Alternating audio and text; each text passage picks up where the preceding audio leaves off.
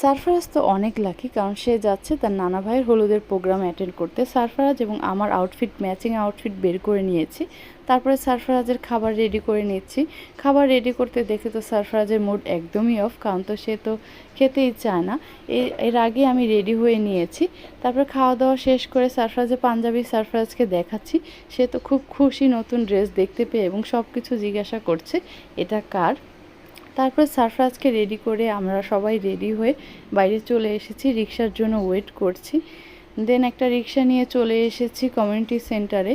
সেখানে এসে সারফরাজ এবং আমি একটু ছবি তুলে নিয়েছি এবং কিছু ভিডিও ক্লিপ নিয়েছি। সারফরাজ তো বউর জন্য ওয়েট করছে কখন তার নানা ভাইয়ের বউটা আসবে এবং সারফরাজ দেখবে।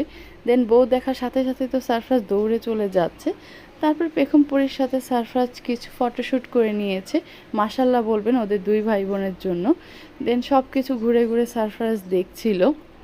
দেখা শেষ করে তারপরে সারফরাজ সবার সাথে কথা বলছিল এবং তার মামার সাথে খেলাধুলা করছে। এর মাঝে ব্রাইড এবং গ্রুম এন্ট্রি করছে ডান্স করে। সারফরাজ সেটা খুব মনোযোগ সহকারে দেখছিল। দেখুন চুপ করে বসে আছে।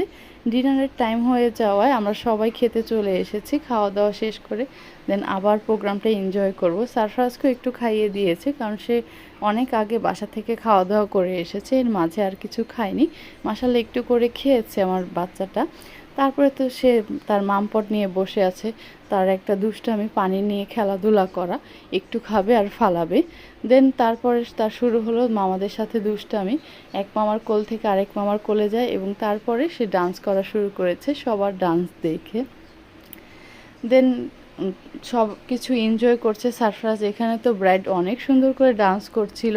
তারপরে সবার ডান্স শেষ করে প্রোগ্রামটি শেষ হয়ে